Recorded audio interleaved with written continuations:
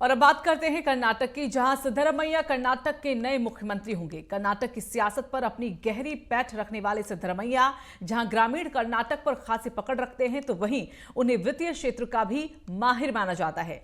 कर्नाटक के कुर्बा समुदाय से ताल्लुक रखने वाले सिद्धरमैया जनता दल परिवार से कांग्रेस में आए और कर्नाटक में कांग्रेस को उन्होंने मजबूत आधार दिया। अब राज्य विधानसभा चुनाव में कांग्रेस की प्रचंड जीत में सिद्धरमैया का खास योगदान माना जा रहा है। तो कांग्रेस में नेतृत्व को लेकर डी शिव कुमार ने अपनी तगड़ी दावेदारी भी प्रस्तुत की है, लेकिन आखिरकार कांग्रेस शीर्ष नेतृत्व ने सिद्धरमैया को राज्य का नेतृत्व ही सौंप दिया है।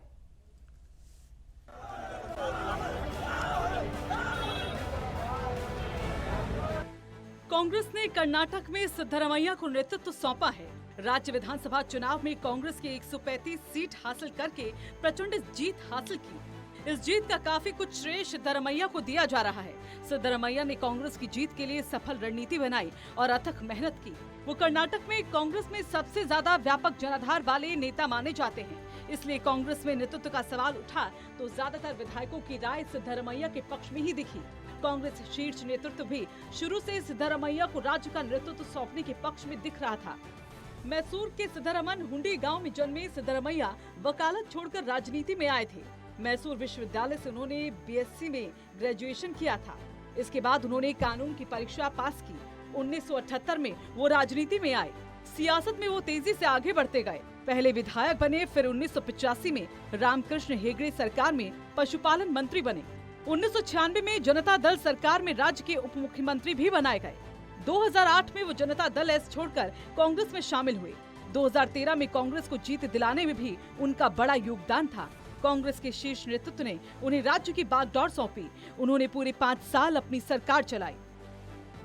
देवराज अरस के बाद वो दूसरे मुख्यमंत्री थे जिन्होंने पूरे कार्यकाल अपनी सत्ता चलाई। देवराज अरस 1972 से 1978 तक राज्य के मुख्यमंत्री रहे।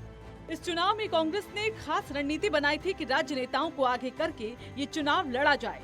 इसमें सिद्धरमैया, कर्नाटक कांग्रेस के अध्यक्ष डी शिव कुमार, जी परमेश्वर, एच मुनिप्पा और एसआर पाटिल जैसे नेताओं ने पार्टी के लिए अपने अपने स्तर पर जमकर काम किया। इसमें रणनीति बनाने से लेकर चुनाव प्रचार अभियान तक सिद्धरमैया की भूमिका काफी महत्वपूर्ण थी। सही मायनों में वो कांग्रेस में सबसे ज्यादा जनाधार वाले नेता हैं। वो स्वयं कुर्बा समुदाय से आते हैं, लेकिन उनकी लोकप्रियता सभी समुदाय में है। राज्य कांग्रेस में वो मध्य कर्नाटक सभी क्षेत्रों में रही है, खासकर ग्रामीणों इलाकों में उनकी पकड़ रही।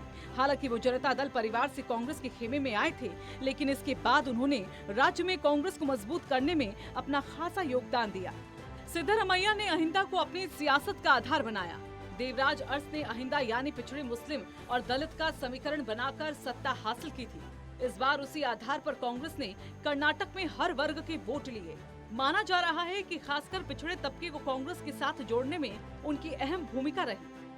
कांग्रेस की जीत के बाद नेतृत्व के लिए डी शिव कुमार ने अपना दावा पेश किया।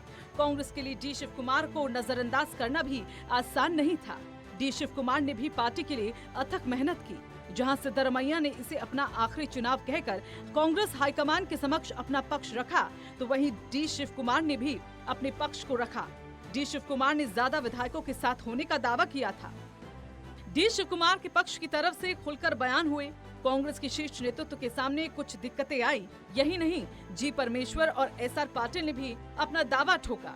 कांग्रेस के हलकों में ये अटकलें भी लगने लगी कि क्या मल्लिकार्जुन खड़गे को मुख्यमंत्री बनाया जा सकता है।